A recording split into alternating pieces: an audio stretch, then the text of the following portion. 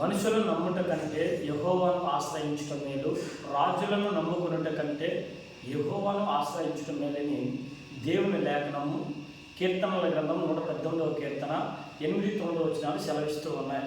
ఈ రోజున చాలామంది మనుషులు నమ్ముతున్నారండి. ఎలా నమ్ముతున్నారంటే దేవుడి కంటే ఎక్కువగా మనిషిని నమ్ముతున్నారు ఈ రోజున. మొన్న రీసెంట్గా జరిగిన విషయం ఏంటంటే గత వారంలోని యూపీలోని బోలే బాబా సత్సంగంలోని దగ్గరికి సుమారు 120 నుంచి 130 మంది చనిపోయారండి. ఎంత దౌర్భాగ్యమైన పరిస్థితి అండి. లాస్ట్ రోజు జరిగిన సభల్లోనూ ఎటువంటి సేఫ్టీ లేకుండా, ఎటువంటి పరిచారకులు లేకుండా, ఎటువంటి విధానం లేకుండా అక్కడున్న కార్యక్రమానికి 80,000 మందికి మాత్రమే ఇచ్చారంట. 80,000 మందికి మాత్రమే ఆ యొక్క ప్లేస్ సరిపోతుందంట.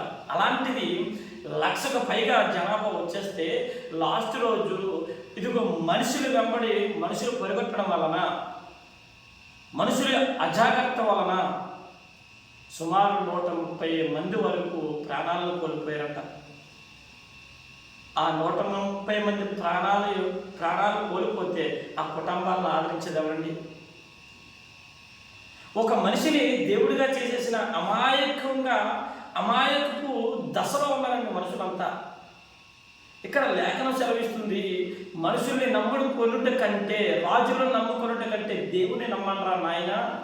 ఎంత అవివేకపు జనాంగంగా మీరు కనబడుతున్నారు. ఒకనాడు ఇశ్రాయేలీయులు దూడనే దైవంగా చేసుకున్న వ్యక్తిగా మీరేంట్రా ఒక మనిషిని, ఒక బాబాని, ఒక వ్యక్తిని దేవుడిగా కొలుస్తున్నారు. ఎందుకు ప్రాణాలు కోల్పోతూ ఉన్నారని లేఖనం సెలవిస్తుందండి. మనిషి దేవుడు కాదు, కానీ ఇదిగో దేవుడు అవుతాడు, కానీ మనిషి ఎప్పటికీ దేవుడు అవ్వడండి. ఇది తెలియక కొన్ని 1,00,000 మంది అక్కడికి వెళ్ళిపోయి ఆ బోలే బాబా సత్సంగాన్ని ఆ కార్యక్రమాన్ని నిర్వహించి కొంతమంది ప్రాణాలకు గురైపోయాడండి.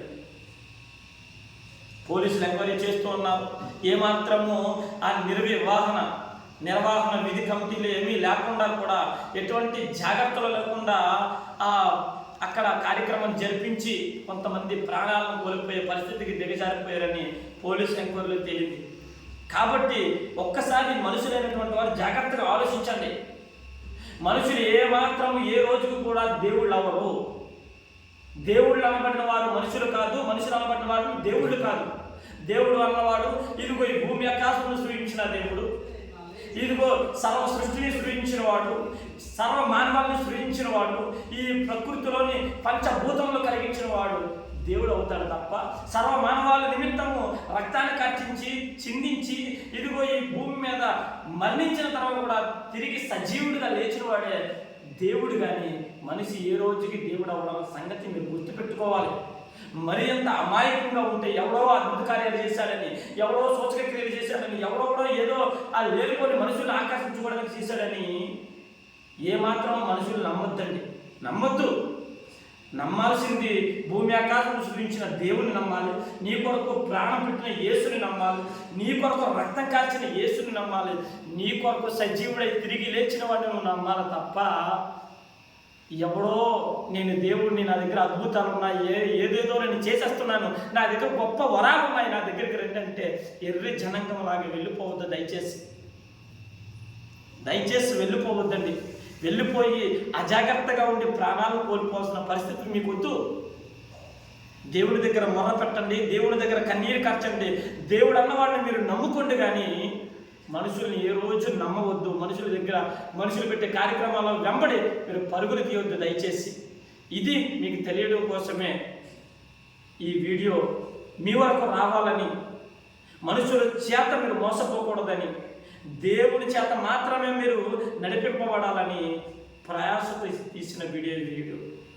కాబట్టి నిజ దైవాన్ని గుర్తించి మనుషులను దూరం పెట్టి దేవుని వైపు అడుగులు వేస్తే మనకు బ్రతుకుంటుంది, ఆయుష్ ఉంటుంది, ఆరోగ్యం ఉంటుంది. కాబట్టి దీన్ని గుర్తించవలసిందిగా మిమ్మల్ని అందరినీ ప్రభు పేరట కోరుచున్నాను. Thank you.